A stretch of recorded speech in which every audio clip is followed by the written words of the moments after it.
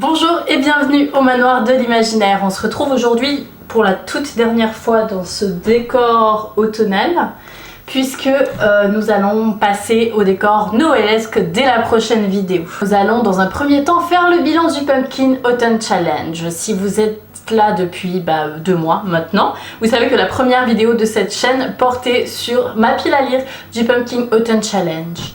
Pile à lire un tout petit peu ambitieuse. On peut même dire que j'ai eu les livres plus gros que les yeux. Si vous n'avez pas le souvenir ou que vous n'avez pas vu cette première vidéo, je vous la mettrai en barre d'infos. Voilà, comme ça vous pourrez éventuellement, si le cœur vous en dit, aller jeter un petit œil. Et après il faudra le rattraper parce que c'est un peu chiant de voir avec un seul œil. J'avais prévu de valider le Pumpkin Autumn Challenge avec le titre Un appétit de Ghoul. Finalement je l'ai validé avec le titre Une fin de loup-garou. On n'est pas trop sur les mêmes mangeages de pages. J'en ai mangé un petit peu moins que prévu dans ce que j'avais mis dans ma playlist, j'allais dire bien sûr. Oui, ce sont des musiques, tout à fait. Dans ma pile à lire. Finalement, dans le tout premier menu qui s'appelle Automne frissonnant, j'ai validé une sous-catégorie, c'est la catégorie les os/eau de David Jones. C'est même pas une surprise, j'ai validé avec le livre La sirène aux yeux d'or de Michel Girin. Je vous en ai déjà parlé vraiment quand même pas mal en profondeur dans la vidéo 19 ans après, donc pareil, je vais plutôt vous mettre cette vidéo en barre d'infos. C'était mon livre préféré il y a 19 ans et ça l'est toujours 19 ans après. Je vous fais quand même un petit topo, vite fait, très vite fait. C'est l'histoire d'une petite porteuse d'eau qui veut voir le monde. Elle est esclave dans la mine d'or de Sado. Donc on va suivre un petit peu son voyage pour sortir de cette mine. Donc elle va apprendre à nager, retenir sa respiration très longtemps et finalement aller voir le monde extérieur, voilà. Pour le menu numéro 2, Automne Enchanteur, j'ai lu 2 sous-catégories. Donc j'ai validé 2 sous-catégories dans ce menu-là. Première sous-catégorie validée, Mon voisin le Kodama, et je l'ai validé avec la BD La Forêt. Je vous en ai déjà parlé, pareil, j'ai fait un vlog lecture où je lisais cette BD, donc c'est le vlog numéro 1 sur ma chaîne, pour vous faire un petit retour par rapport à ma première vidéo du Pumpkin Autumn Challenge. Enfin, ma première et unique vidéo, la vidéo où je disais que j'allais le lire. Comme je vous l'avais dit, c'était un dépucelage littéraire puisque je n'avais jamais lu de BD. J'ai franchement apprécié l'expérience, mais j'ai trouvé cette histoire racontée un petit peu beaucoup trop vite. On va suivre une princesse qui ne peut pas être dans l'obscurité. Elle ne peut jamais se retrouver dans l'obscurité, il faut toujours qu'il y ait de la lumière autour d'elle. Voilà, on sait pas pourquoi, mystère. L'histoire est sympa, les dessins sont sympas, mais je pense pas que j'ai commencé avec la bonne BD. Voilà, pour mon entrée dans le monde des BD, je pense que j'aurais pu commencer par autre chose. La deuxième catégorie que j'ai Comment je fais 2 moi? Ça fait 4 ça. La deuxième catégorie que j'ai validée dans ce deuxième menu, il s'agit de Prenez garde aux souliers pointus. Et là, j'ai lu Magic Charlie de Audrey Alouette. Oui, je suis obligée de lire le nom de l'auteur à chaque fois parce que j'ai pas confiance en mon cerveau, t'as vu. Lui m'avait dit Audrey Alouette, mais j'ai dit je vais vérifier plutôt. C'est fait. Et là, énorme coup de cœur. Mais vraiment, très gros coup de cœur.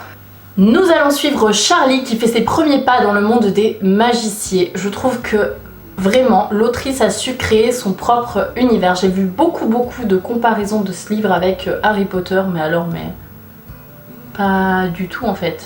L'autrice, elle a vraiment un monde à elle. Elle a su créer son vocabulaire avec des règles particulières, des mots. Voilà, quand je vous parle de vocabulaire, il y a vraiment des mots qui sont que dans ce livre-là. Je pense qu'aucun autre livre au monde n'a ces mots-là. Voilà, elle invente des mots, c'est trop bien. Il y a tout de même des références à d'autres œuvres. Par exemple, personnellement, j'y ai trouvé une référence au château ambulant de Miyazaki. La façon d'écrire de l'autrice aussi, j'aime beaucoup. Elle personnifie vraiment les objets, les bâtiments. Surtout que dans la vie de tous les jours, je suis quelqu'un qui donne pas mal vie aux objets. Enfin, je leur parle quoi. C'est mes potes. Ça m'arrive très souvent. Je suis contente d'être comprise par Audrey Alouette. Je crois que mon mot préféré dans Magic Charlie, c'est sucre-tincelle. C'est pas trop stylé, genre c'est un mix entre sucre et étincelle quoi. C'est une lecture complètement doudou et je pense que ça peut être aussi une lecture fort sympathique à lire au moment des fêtes. Donc si vous ne l'avez toujours pas lu, je vous conseille de le lire maintenant. Ou peut-être demain, ou après-demain, mais bientôt quoi. Et j'ai hâte que le tome 2 sorte. Je sais pas du tout quand est-ce qu'il est prévu ce tome 2, mais ça me titille fortement. Pour le menu numéro 3, automne, douceur de vivre, j'ai validé 2 sous-catégories. La première, c'est la sous-catégorie Jack aux lanternes. Je l'ai validée avec L'arbre d'Halloween de Ray Bradbury. Et alors c'est un livre que j'ai beaucoup aimé, mais que j'ai trouvé épuisant à lire. Épuisant parce qu'il se passe une quantité phénoménale de choses, il y a vraiment plein d'événements et nous on est spectateurs de tout ça mais on est un petit peu ballottés. Enfin justement je trouve que le vocabulaire est très bien choisi, on traverse en fait des époques, différentes époques pour parler justement de la naissance de la fête d'Halloween et fatalement traverser plusieurs époques en une nuit, oui parce que le tout se fait en une nuit, c'est légèrement crevant. Je trouve que c'est réussi, j'étais crevée après, j'étais super crevée après lecture de ce livre. Donc il y a un fait qui m'a frappée, c'est justement de savoir qu'au Dia de los Muertos au Mexique, ils mettent des cierges sur les tombes le 31. Et c'est une tradition, si vous avez regardé ma vidéo tag d'Halloween vous le savez, c'est une tradition qui se fait au Portugal, donc ça m'a fait trop bizarre de connaître finalement, je pense, la source. Les descriptions sont vraiment dingues, l'auteur arrive complètement à nous mettre dans son univers, enfin moi comme je vous le dis j'ai été transportée du début à la fin. Si je devais le décrire je dirais que c'est un espèce de mix entre l'étrange Noël de Monsieur Jack et un conte de Noël de Charles Dickens. Ouais voilà, je trouve que ça mixe des deux.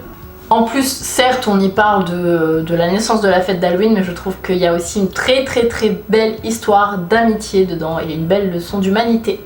J'ai validé la sous-catégorie un cinnamon roll et un chai latte à emporter s'il vous plaît avec la toute minusculissime, microscopique nouvelle Laurie de Stephen King. C'est mon premier Stephen King, je ne pense pas avoir choisi le meilleur des Stephen King. J'en ai jamais lu mais je sais que le type il peut faire mieux. J'ai quand même pas mal aimé, j'ai trouvé ça mignon. On va suivre un monsieur qui perd sa femme, donc qui devient veuf, et puis sa sœur à lui emmène un chien.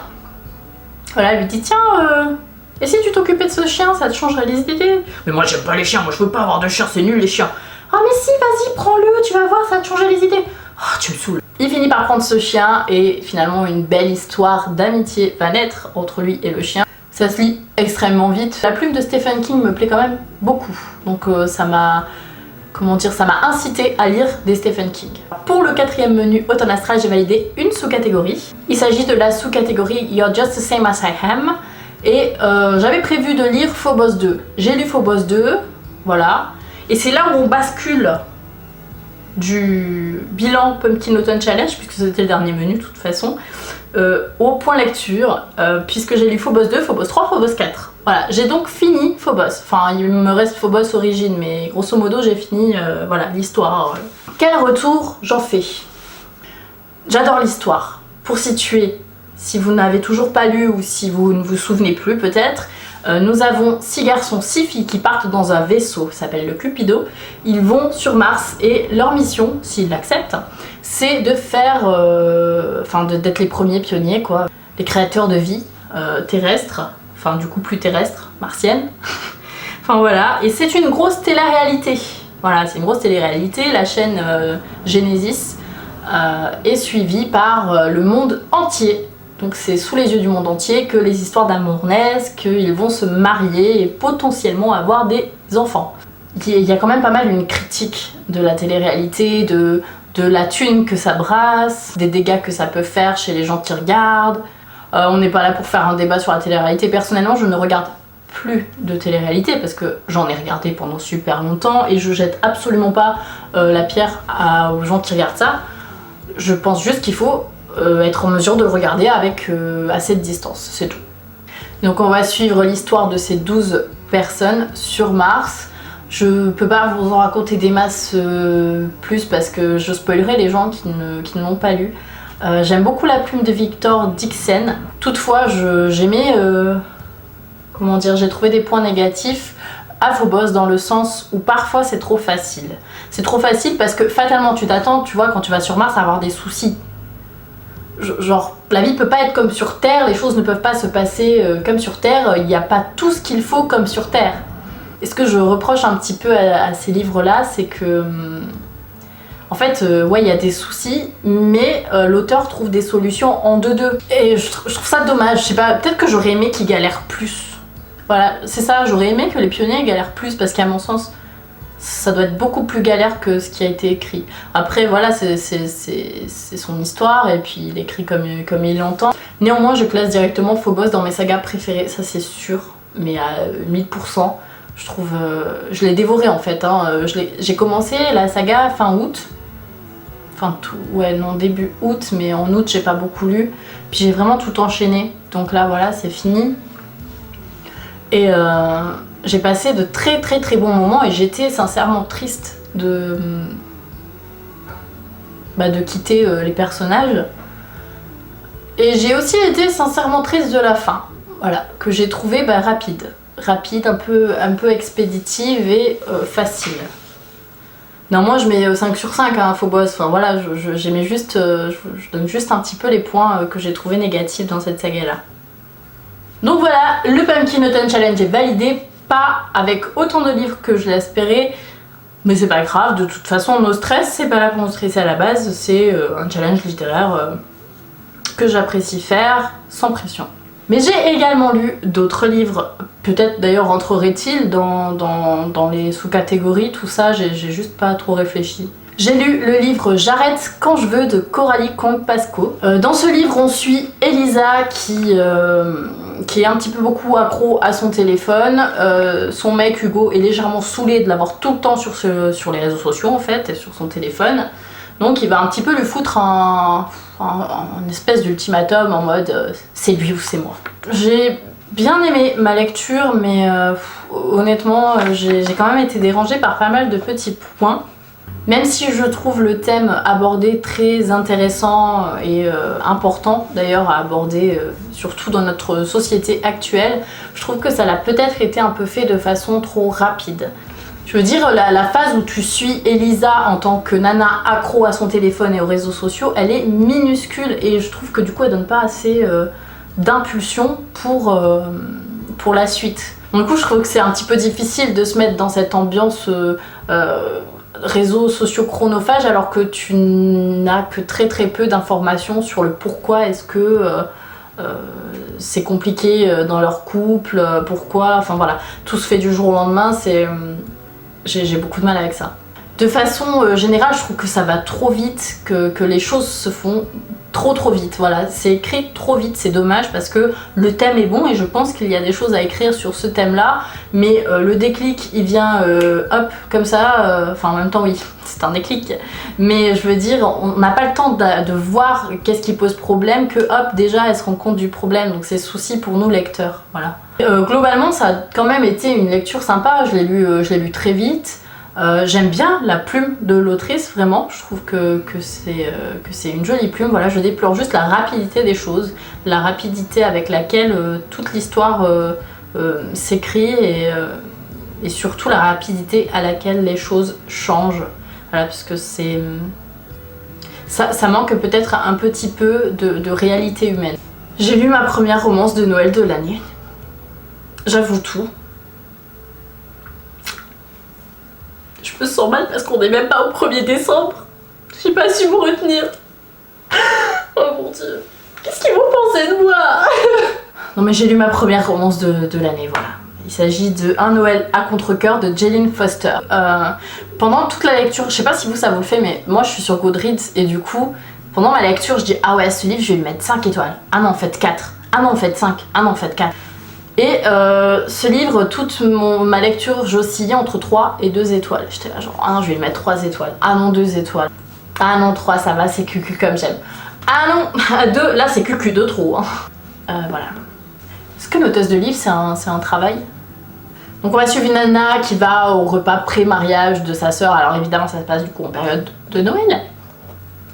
Et elle se retrouve nez à nez avec un type qui a eu une importance du coup dans son passé. Bon, ça c'est somme toute le scénario très Mais moi j'aime bien les trucs comme ça, j'aime bien les romances de Noël, j'adore ça, franchement. Moi j'adore, c'est cucu, c'est mielleux, tu connais déjà la fin avant même d'avoir vraiment commencé, parfois même rien qu'au titre, tu connais la fin. Hein. Je veux dire, si t'avais un bouquin qui s'appelait genre Un papa pour Noël, t'as pas besoin d'avoir fait un master en littérature romancière noëlesque pour te rendre compte que l'histoire ça va raconter une madame qui vit seule avec sa gamine et puis après elle va rencontrer un garçon et tout. Alors après la gamine elle va lui dire « Oh maman, tu sais ce que c'est mon rêve pour Noël? Ce serait d'avoir un papa pour Noël. » Et du coup, elle va se mettre avec ce type et tout. En fait, la gamine elle aura un papa pour Noël. Voilà. Mais moi j'aime bien ces choses comme ça, tu vois. Normalement j'adore ça. Ce qui m'a dérangé en fait dans ce livre là, c'est toutes les parties pseudo-érotiques. Dans Un Noël à contre-cœur, on parle pas beaucoup de cœur, hein, je trouve quand même. Hein. Globalement, c'est pas mal autour du cul. Hein. Ça aurait dû s'appeler Un Noël à contre-cul d'ailleurs. En fait, c'est que je trouve que c'est mal dosé parce que bon, la sexualité ça fait partie de la vie, tout va bien, on est tous ok avec ça, je pense. Mais c'est mal dosé, c'est-à-dire que t'es dans une petite niaiserie et tout machin, et puis d'un coup, paf, ça vire à la 50 nuances degrés, t'as pas trop compris pourquoi. Personnellement, je n'ai pas aimé, peut-être que ça plaira, enfin, très certainement que ça plaira à d'autres personnes parce que il est quand même pas mal noté sur Goodreads. En fait, je préfère quand la sexualité se mêle tout simplement à l'histoire, quoi. Enfin voilà, normal, il y a aucun problème au fait que ces gens fassent l'amour, ils font ce qu'ils veulent. Mais vraiment, je trouvais que ça virait 50 nuances degrés, puis en fait pas du tout, puis en fait si, puis en fait pas du tout, puis en fait si, puis en fait pas du tout. Et moi j'ai eu un petit peu de mal avec cette façon de raconter. Et nous terminons enfin ce petit minuscule point lecture par Thorngrove. Je sais pas du tout si ça se prononce comme ça, mais moi je vais le prononcer comme ça, je trouve ça stylé. Thorngrove de Cécile Guyot. Alors, c'est trop bien. Coup de cœur. Coup de cœur, coup de cœur, coup de cœur. Et parfaite lecture pour terminer ma période automnale. On va suivre Madeleine et Meadow qui sont deux sœurs, deux ados qui vont déménager parce que leur papa n'a pas pu s'empêcher d'avoir une légère aventure avec sa secrétaire. Je vous juge pas du tout monsieur, vous faites franchement ce que vous voulez. Elles vont donc déménager à Oak Grove chez Crystal qui est la cousine de leur maman. Et non loin se trouve le manoir de Thorngrove, donc en fait on va suivre Madeleine qui va enquêter un petit peu à la base pour un devoir d'école et après parce que ça devient un peu trop chelou la vie là-bas. Elle va enquêter sur ce manoir, sur ce qu'il s'y est passé. J'ai pas trop l'habitude de lire des romans comme ça, hein. J'ai eu gavé des frissons, franchement, et en même temps très envie de connaître la suite. Je l'ai lu très vite, j'ai eu peur. Par contre, j'étais incapable, par exemple, de le lire la nuit. Voilà, je pouvais pas lire ce livre la nuit. Il fallait qu'il fasse bien jour, tu vois, que je sois sûre qu'il ne m'arriverait rien à moi. Donc je trouve que c'est très réussi. Cécile Guyot, elle a très bien posé l'ambiance, décrit l'ambiance. Je trouve que la psychologie des personnages est plutôt bien travaillée. Les descriptions aussi sont très bien emmenées. Elles nous aident franchement à visualiser complètement le décor. Et ça, c'est fort. Je pense que je le dis et le dirai assez souvent, mais pour moi les descriptions c'est très important dans les romans. C'est vraiment super important parce que c'est en même temps c'est ce qui t'aide à visualiser. Et là dedans, tu visualises parfaitement l'endroit où elles sont, quoi. C'est ce qui est flippant d'ailleurs. Si vous ne l'avez pas lu, je vous le conseille. Si vous hésitez encore, je vous le conseille. C'est franchement une lecture parfaite pour la période là, voilà, même si moi je suis déjà un peu dans ma tête en mode Noël, vous pouvez tout à fait le dévorer, surtout que franchement, c'est un régal. J'adore la plume de Cécile Guyot. J'ai déjà lu pas mal de livres de Cécile Guyot et je trouve qu'il y a une réelle évolution dans sa plume, une évolution qui me plaît beaucoup. J'aime beaucoup la Cécile Guyot que j'ai découvert dans Thorngrove. En plus, au-delà d'être un très bel objet livre, je trouve la couverture magnifique. Dedans, c'est également très beau. Je vous mettrai des petits inserts, mais c'est magnifique.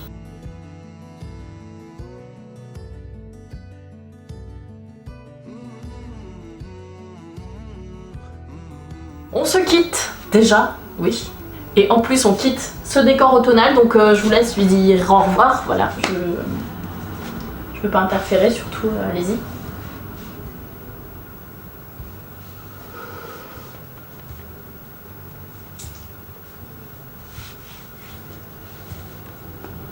On se retrouve une prochaine fois au Manoir de l'Imaginaire et ce sera noëlesque.